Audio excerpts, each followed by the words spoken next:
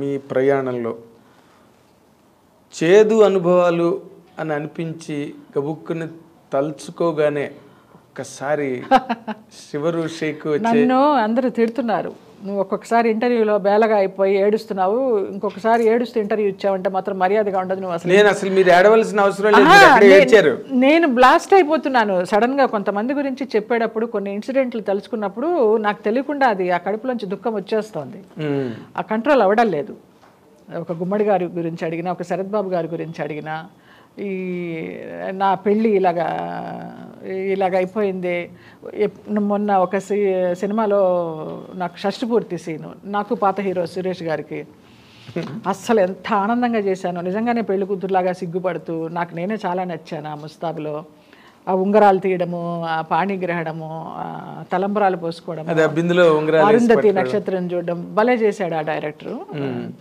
చాలా నచ్చింది. అప్పుడు అనిపించింది, అబ్బా మళ్ళీ పెళ్లి చేసుకుంటే బాగుండే, ఇంకొక జన్మ ఉంటే, ఈ జన్మలో కాదు ఇంకొక జన్మ ఉంటే మళ్ళీ. కానీ ఈ జన్మే మోక్షం అట, నాకు ఇంకో జన్మ లేదట జాతకం ప్రకారం. జాతకాలు నమ్ముతారండి? అప్పుడు నమ్మేదాన్ని, చాలా పెట్టాను. ఇప్పుడు లేదు, ఇప్పుడు జాతకం లేదు, ఏం లేదు, ఓన్లీ రమణ మహర్షి ఏక నిరంజన్ అంతే. అదే ఇందాక మీరు అంటున్నప్పుడు, ఇప్పుడు నేనే ఫర్ ఎగ్జాంపుల్ మన మెడ్రాస్ డేస్ నుంచి నేను మిమ్మల్ని చూసిన దాని మనిషిగా చాలా బాధ అనిపించే సందర్భాలు మీరు ఎలా తట్టుకున్నారా అని నేను చిట్టిబాబు రెగ్యులర్గా మాట్లాడుకుంటున్నా. దాంట్లో ఈ సందర్భాలన్నీ దొరుకుతాయి. మనందరం ఒక ఫ్యామిలీ లాగా మెడ్రాస్లో ఉన్నాం కాబట్టి ఆ సెంటిమెంట్ ఎక్కువ ఉంటుంది.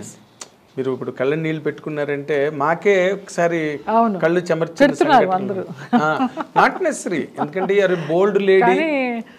ఒక్కొక్కసారి చేదు అనుభవాలు అన్నారు కదా, అన్నీ చేదు అనుభవాలే, కానీ వాటిని అన్నింటినీ తీపి అనుభవాలు చేసుకుని వచ్చాను నేను.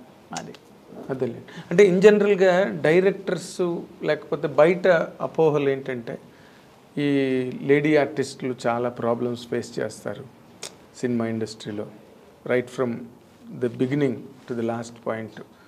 అలాంటి సందర్భాలు మీరు ఏమైనా ఫేస్ చేశారా? మా టైంలో నేను చూడలేదండి. ఇప్పుడు ఈ కాస్టింగ్ అస్సలు నాకు తెలియదు. ఆ మాట పలకడం కూడా రాదు నాకు అసలు. టు బి ఫ్రాంక్, మా అదృష్టం అలాంటిది, మేము చేసిన యుగం అలాంటిది కాదు. చాలా బాగున్నాం అందరూ ఆప్యాయంగా. పని ఉందా లేదా, డబ్బులు ఉన్నాయా లేదా, తిన్నావా లేదా అని అడిగిన వాళ్ళే కానివ్వండి. ఇలాగా మనకు తెలియదు ఈ ఫోర్స్లు, బలవంతాలు. మీరు రామానాయుడు గారి స్టూడియోకి ఆయనతో కాఫీ తాగడానికి అయ్యో ఎప్పుడు అక్కడే కూర్చునేదాన్ని. జయ ఖాళీగా ఉన్నావా, రామ్మ కాఫీ తాగి వెళ్ళమ్మా అనేవారు. ఇప్పుడు కొత్త వాళ్ళందరికీ అసలు ఎఫెక్షన్స్ లేవు, ఏం లేవు. మన పాత వాళ్ళకే ఉన్నాయి అవన్నీ. కాసేపు నీతో కూర్చుంటే హాయిగా ఉంటుంది. ఎఫెక్షన్స్ కన్నా ఇన్ఫెక్షన్స్ ఎక్కువైపోయింది జనరల్గా. అందుకే ఈ కరోనాలు అవన్నీ కూడా. నేను బాగున్నానండి. అందరూ జయలలిత మన అమ్మాయిని ఆదరించారు కానివ్వండి, చిన్న చూపు చూడలా. ఇప్పుడు ఏదైనా కొత్త సినిమాలు వస్తే భయం నాకు. చాలా చోట్ల నేను ఈ ఎగ్జాంపుల్ చెప్పాను. బడి నుంచి మళ్ళీ కాలేజీకి వెళ్తున్నట్టు ఉంటుంది, స్కూల్ నుంచి కాలేజీకి వెళ్తున్నట్టు ఉంటుంది. వాళ్ళు ఎలాగ బిహేవ్ చేస్తారో, నన్ను ఎలా చూస్తారో అని భయపడుతూ వెళ్తాను. కానీ అక్కడికి వెళ్ళాక నాకు పాజిటివ్గానే ఉంటుంది, అంతా బాగానే చూసుకుంటారు. అంటే ఇప్పుడున్న జనరేషన్ డైరెక్టర్స్ కానీ, ప్రొడ్యూసర్స్ కానీ, కో ఆర్టిస్టులు కానీ అందరూ కూడా మీలాంటి సీనియర్స్ని బాగా గౌరవిస్తున్నారు సెట్లోని. కానీ చూసా, 1-2 సినిమాలు చేశాను. ఒకటైతే తమ్ముడు సత్యం గారి ఆధ్వర్యంలోనే, అది పాత స్కూలే, దాని గురించి అసలు ఇంత కూడా ఆలోచించక్కర్లేదు. ఇది ఒకటి సక్సెస్ అని ఆలీ తమ్ముడు ఖయ్యం చేస్తున్నాడు, మెయిన్ లీడు. అందులో కూడా మంచి క్యారెక్టర్, మంచి ప్యాడింగ్, అందరూ బాగా చూసుకున్నారు. ఓకే. ఇప్పుడు జనరల్గా మొన్న మీరు ఒక స్టేట్మెంట్ ఇచ్చి మళ్ళీ జన్మలో కొరటల్సి నాకు కడుపుని పుట్టాలి అన్నంత గొప్ప, అసలు అంతకన్నా అల్టిమేట్ స్టేట్మెంట్ ఇవ్వడం ఒక ఆడదానికి ఇంకా అంతకన్నా లేదు. ఒక స్త్రీమూర్తి మనస్ఫూర్తిగా అనుకున్నా నేను. ఆ పిఎన్ఆర్ గారు అడిగిన దానికి ఆయన చెప్పిన సమాధానం నాకు చాలా నచ్చింది. వాంపు జయలలితలో మీకు ఏం కనిపించిందండి స్పీకర్ ఇవ్వడానికి అన్నప్పుడు, జయలలిత చీరకట్టులో నాకు అమ్మతనం కనిపించింది అన్నారు. ఆయన స్టేట్మెంట్ బాగుంది, మీ స్టేట్మెంట్ అంతకన్నా గొప్పగా ఉంది. వచ్చేస్తుంది యాక్షన్కి రియాక్షన్, అంతే. అది మనస్ఫూర్తిగా వచ్చింది. ఏదో మనం ఇది చెప్పాలి అని అనుకుని వెళ్ళింది కాదు, ఆ స్పాట్లో వచ్చింది, చెప్పాను నేను. అదే. కానీ మీరు ఒక ఆలోచనలో ఎక్కడో చిన్న పొరపాటు ఉందేమో అని అనిపించిందండి.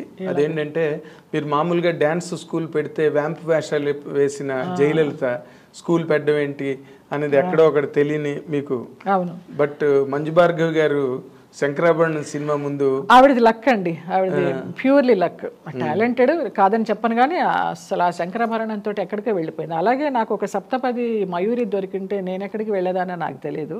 ఇవాళ మీ ముందర కూర్చొని ఇంటర్వ్యూ వచ్చేదానో లేదో తెలియదు, రిటైర్ అయిపోయింది. ఆవిడికి అబ్బా ఇప్పుడు జనరేషన్లో ఇది ఎక్కువైపోయిందండి. ఇంటర్వ్యూ ఇవ్వడం అంటే అదేదో చాలా మాకు చాలా గొప్ప ఆపర్చునిటీ ఇచ్చి, అమ్మో మాకు చాలా గొప్ప అవకాశం ఇచ్చి మమ్మల్ని చాలా పెంచి పెద్ద చేసే ఒక పెద్ద సోపానంలాగా ఫీల్ అవుతున్నారు ఆర్టిస్టులు. మీరు ఇంకా ఆ జనరేషన్ కాదు కాబట్టి మీరు ఏమైపోయినా ఇంటర్వ్యూ ఇచ్చి ఉండేవారు ఫర్ దట్ మ్యాటర్. కానీ మీరు ఆవిడ శంకరాభరణం లాంటి సినిమా కనుక మీకు పడి ఉంటే మీ కెరీర్ బాగుండేది.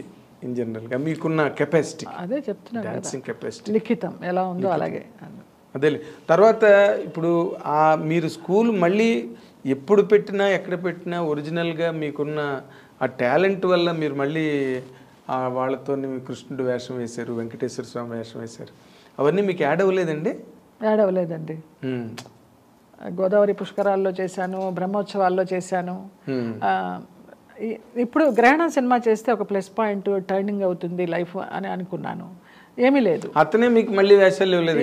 మోహన్ కృష్ణ నేను ఫోన్ చేసి అడుగుతాను, నేను ఏ కృష్ణ నాకు ఇన్ని సినిమాలు చేస్తున్నారు, ఇంతమంది పెద్ద ప్యాడింగ్ పెట్టుకుని నాకు వేషం లేదా అంటే నేను ఆర్టిస్ట్ని కాదా అని అడుగుతాను. అయ్యో అమ్మ, ఒక గ్రహణం లాంటి క్యారెక్టర్ మీరు చేసిన తర్వాత మీకు ఆ స్థాయికి మించిన పాత్ర ఇవ్వాలి, కానీ నేను ఎట్లా పడితే అట్లా క్యారెక్టర్లు ఇవ్వలేను అన్నాడు. ఇక నేను కామ్ అయిపోయినా. కరెక్టే కదా, ఒక రకంగా నవ్వాలా ఏడవాలా తెలియదు.